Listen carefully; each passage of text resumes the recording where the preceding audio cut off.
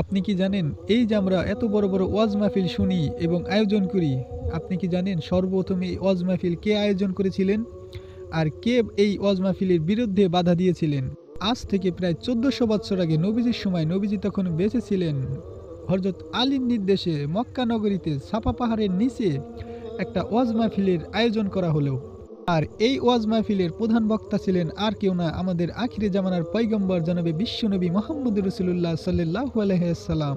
যখন নবীজি স্টেজে উঠে ওয়াজ শুরু করলেন, কিছু সময় পরে ওই মাহফিলের মাঝখানের থেকে একটা লোক দুই হাতে পাথর নিয়ে দাঁড়ালেন, দাঁড়িয়ে বললেন, মুহাম্মদ সাল্লাল্লাহু আলাইহি ওয়াসাল্লাম, তুমি আমাদেরকে বড় ক্ষতি করলে, আমাদের সারাদিন বৃথা করে দিলে। যারা খেতে কাজ করত, যারা কলকারখানায় কাজ করত, যারা দোকানে ব্যবসা করত, সবারই দিনটা তুমি মাটি করে দিলে, তুমি ধ্বংস হয়ে যাও। এই কথা বলে নবীজির দিকে পাথর ছুঁড়ে মারতে গেলেন, হাত উঁচু করলেন, আল্লাহ রাব্বুল আলামিন তার হাতকে আটকিয়ে দিলেন।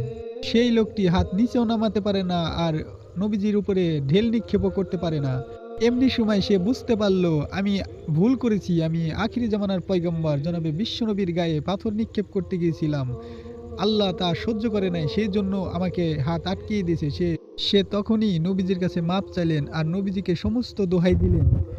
বললেন, মুহাম্মদ সাল্লাল্লাহু আলাইহি সাল্লাম, তুমি আমাকে মাফ করে দাও।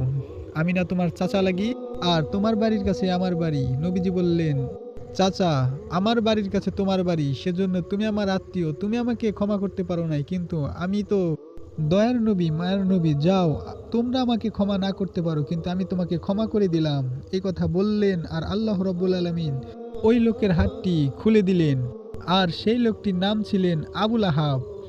নবীজির সাথে সবসময় শত্রুতাই করতেন। হে আল্লাহ, আপনি আমাদের নবীজি শত্রু থেকে সবসময় দূরে রাখুন। আমিন।